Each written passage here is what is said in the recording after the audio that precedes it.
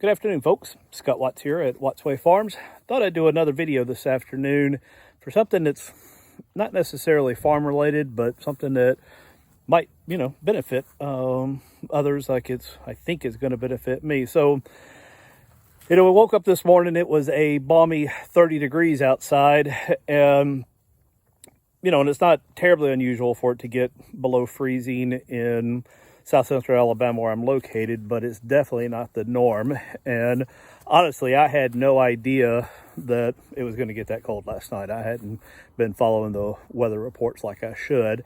And so what happened was I woke up this morning to no water because the water line was frozen. So here in the farm, we don't have a house yet. I mean, I'll maybe do a whole nother video on the backstory on where we're at and how that's going to be. But the plan is this year to build a house here on the farm, and then move, our entire family up there. But in the meantime, we spend our days here in the RV, which you can see in the background. This is a 38-foot fifth wheel RV that we purchased, and it does well. I mean, it's kind of a home away from home. It's not huge or spacious, but it fits the bill for when we're up here. As you can see on this RV, the water supply comes out of this pressure regulator valve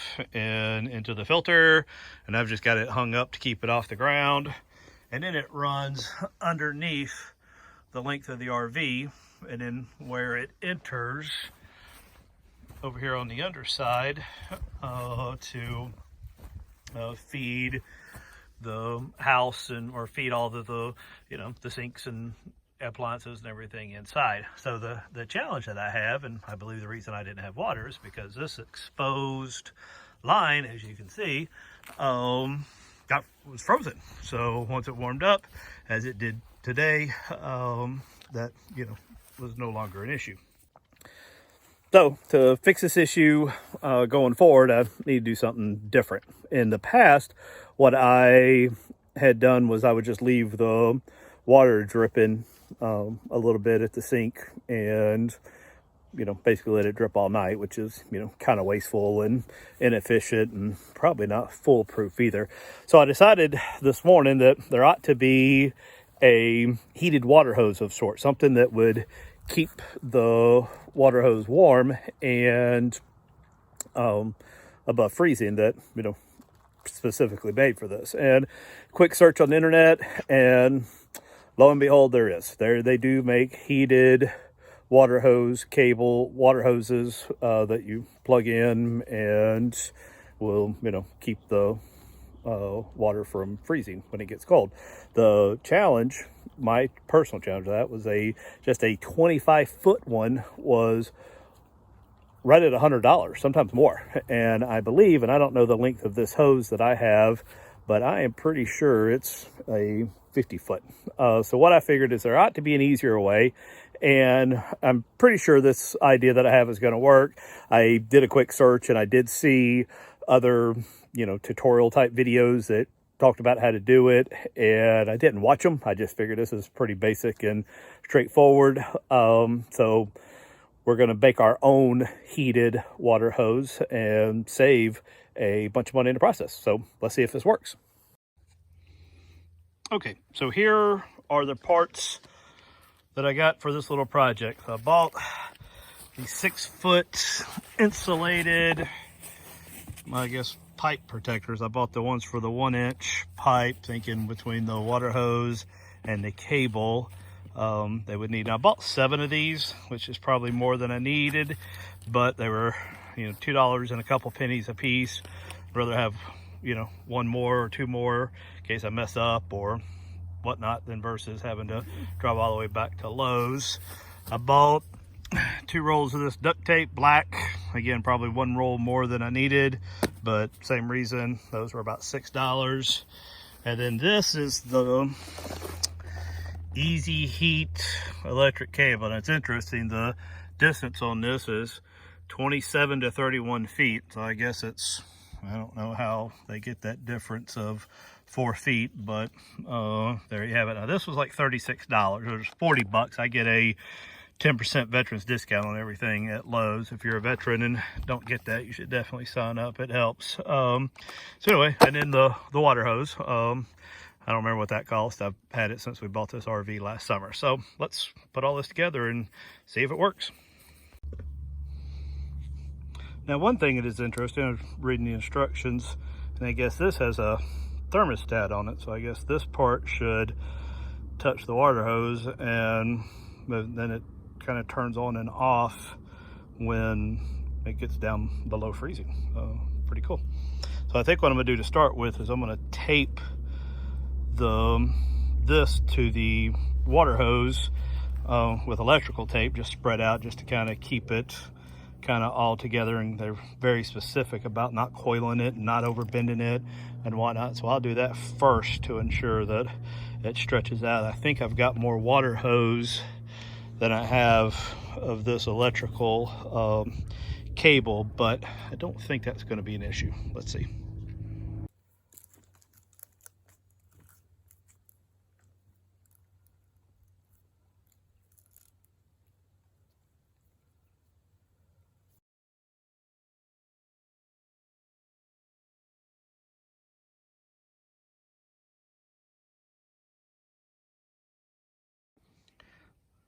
Okay, so this first step's done, and again, nothing fancy here. I just, every so many feet, stretching my hand, I put a piece of tape to hold the cable next to the water hose. Now, as expected, the heating cable is there, and I've got that much more water hose, but I don't think that's going to be an issue, and I'll show y'all why at the end. I think that'll be, that last little bit will be protected.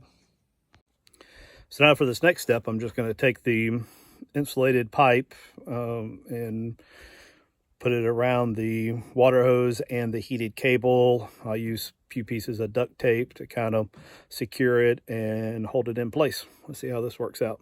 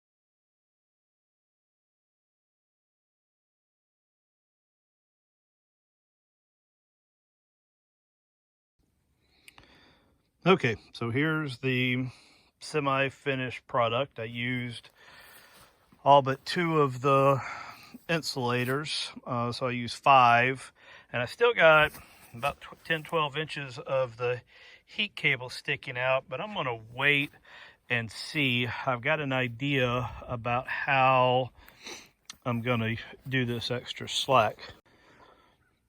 So on my particular RV, this is where the inlet comes in. Now I added this little spring thing just to take some of the pressure off of the hose right there at that bend. It comes up through this hole here, and I'm thinking that that extra slack, that if I kind of bundle it up and put it in here, that it should stay warm. I mean, here right next to this is the hot water heater and the furnace, and the way this thing is designed is that's what we call the attic space, and the underbody, it's got a cover on it that is kind of designed for this exact purpose, to keep it so that the heat is maintained so that it doesn't freeze. I guess that's one of the, this is considered an all-season RV, and that is part of it. So let's get this thing installed and see what it looks like. Okay, so let's have a look at the finished product. It's hooked back up. This is where it starts, cover from the filter, and plugged in here. This is actually a little tighter than I would have liked it, but it works. Pipe, insulated heat cable now. I just run it under the RV. I kind of put it up over the frame and whatnot, try to keep it off the ground as best I can.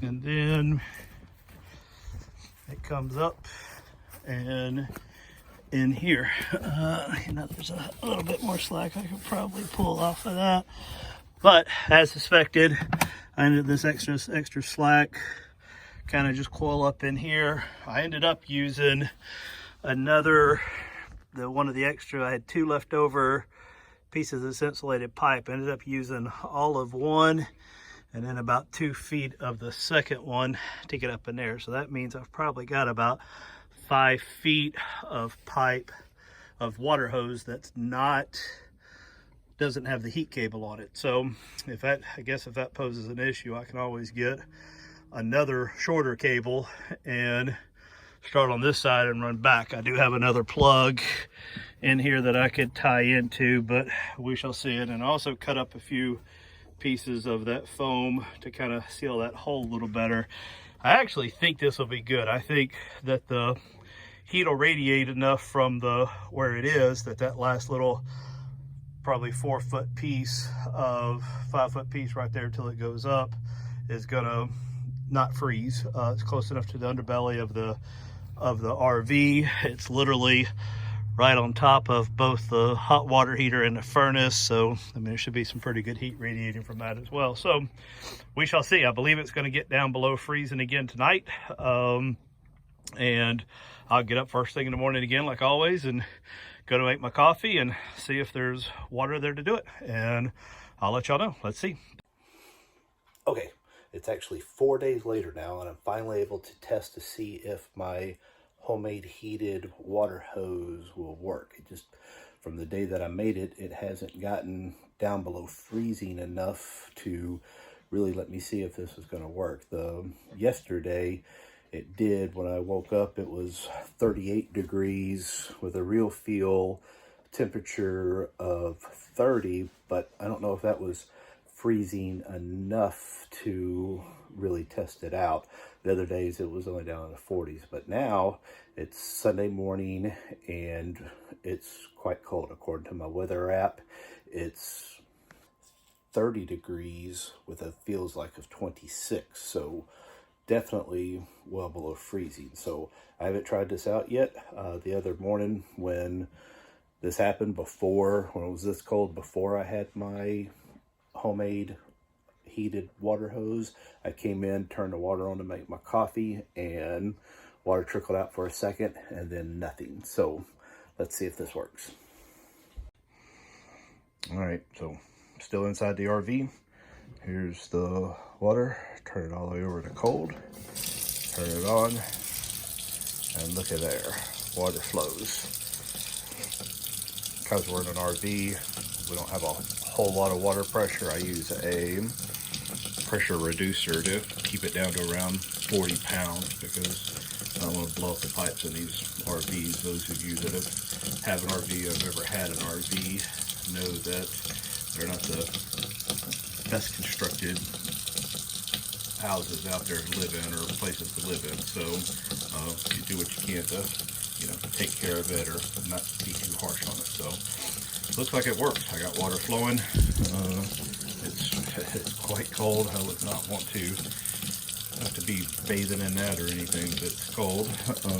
Everything seems to be working. Of course, the hot water will work as well. So I think that's a good win. I think that worked. I mean, so don't spend $100 on a 25-foot heated water hose when for less than $50 you can build a 50-foot one that works just as well. So hope y'all enjoyed this video. Again, not a normal, regular farming video, but something I think that others may benefit or from like I did. So hope you all have a good day. Hope to see you back here soon. Thanks.